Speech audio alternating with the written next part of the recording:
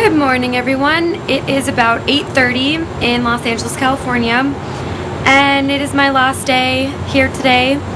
So sad, but we are going on the tour today, so I'm really excited about that. I'm going to be taking pictures and like vlogging the whole time because we're going to be going like all around like the area to Hollywood and things like that. So I'm really excited.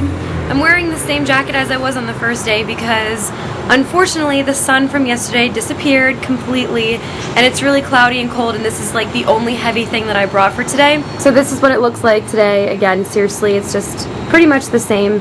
And again, being early, there's still like, there were people in the pool earlier, but it's cloudy and it's lame and I'm really upset, but hopefully the sun will come out later like it did yesterday, so I'm really excited. But alright, so I'm gonna go finish packing and I will see you guys on the tour.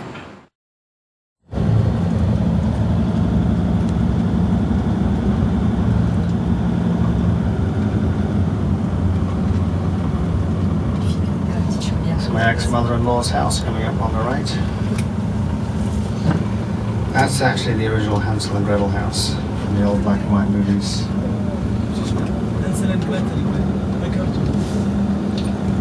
We call it the witch's house, you can see why. It does look like that, look at this. Isn't that cool?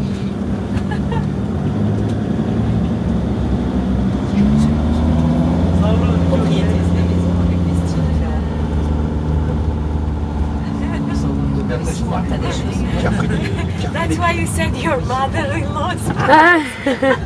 Sometimes it takes a while to catch up. I get it now.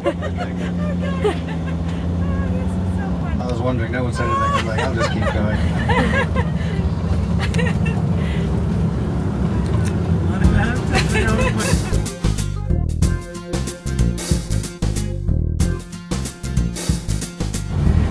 This is designed by Antonio Gaudi from Barcelona, Spain. Take a look on the left.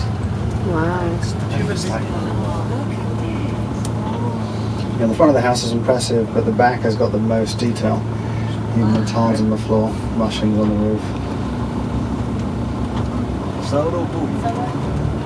That's where the term bawdy looking comes from, a little over the top. The architect was way ahead of his time. Sadly died in 1926. This was built in the 30s by one of his pupils.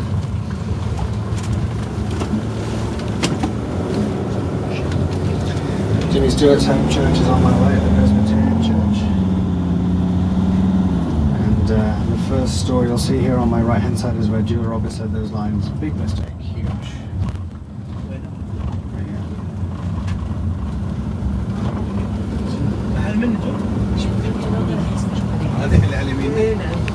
يوم يطردونها؟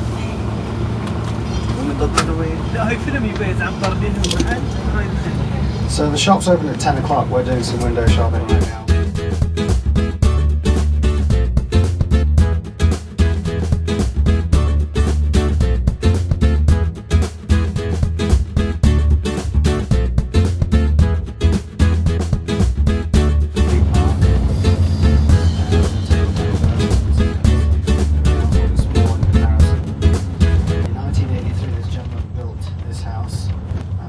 Down 3 homes, one of which belonged to Bing Crosby.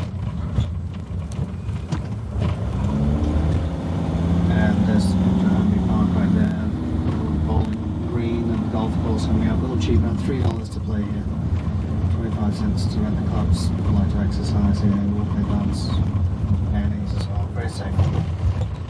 But I'd like you to take a look to my right hand side and see through the trees the biggest house on the west coast. You can see the roof of it in a second, grey roof, beige house.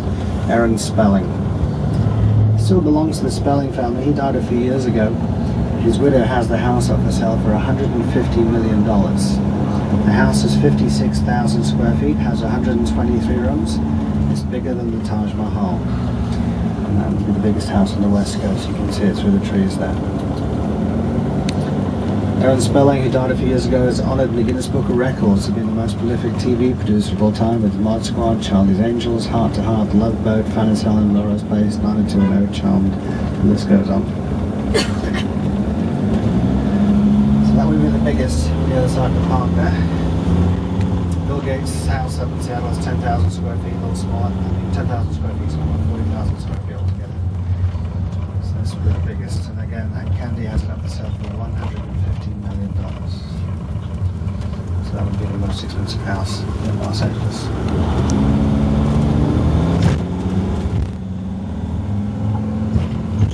Now we're heading up to the gates of Bel Air.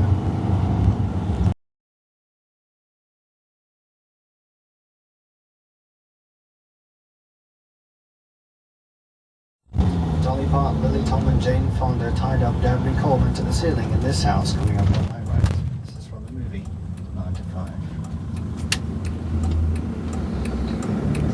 Next door is the current home of actor Richard Gere. And there is his little Buddha statues up on the stairs on the right. my goodness. It's poor guy. Yeah, he's having a tough time. Star of Pretty Woman, Officer and Gentleman, and many other movies. Poor guy.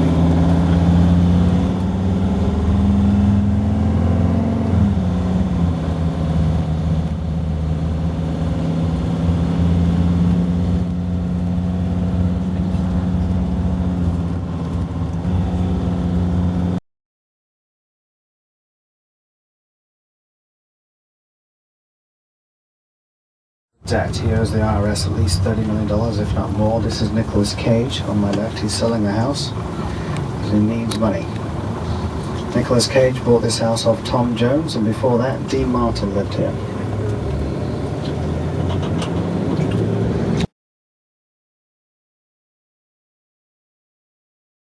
Father of the bride. This is where he jumped over the fence to check out the in-laws' bank book and gets chased by the Doberman dogs, dropping a checkbook into the swimming pool. It's all filmed here on my right.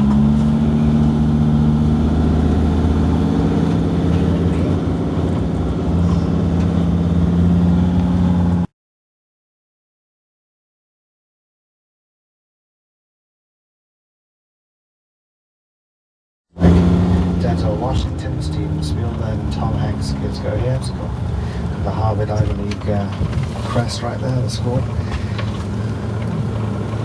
Now it's $39,000 a year per child to go here. So this is a private school, day school only. The kids actually have a bit of a commute coming in. Some have already graduated from high school already, names I just mentioned. It did start off as a girls' school only, Westlake School for Girls, where Shirley Temple graduated from.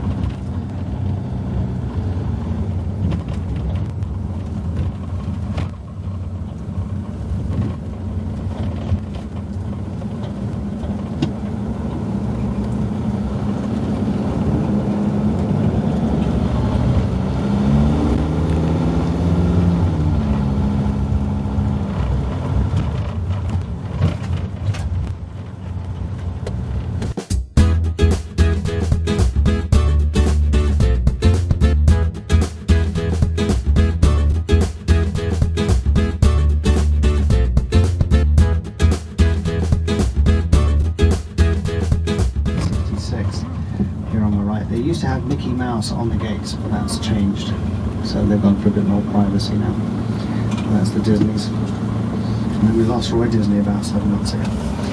This is Frank Sinatra on my left, Old Blue Eyes. This was called his honeymoon house, which he shared with Mia Farrow for about a year.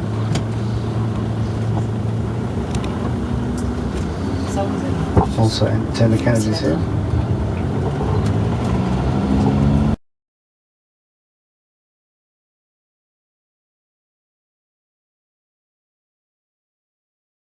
Directly in front of us, the White House through the trees.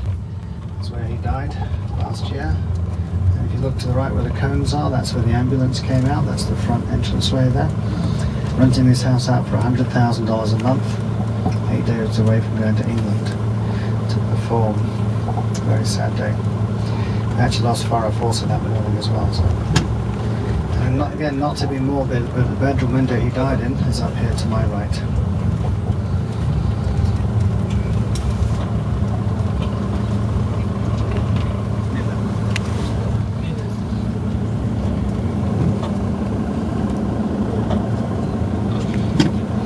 Which is kind of weird to come down the street because on the left-hand side, at one point we had the king of rock and roll live here on the left, Elvis Presley. Now, he died much earlier, in August of 1977 at his home in Graceland at 42 years old.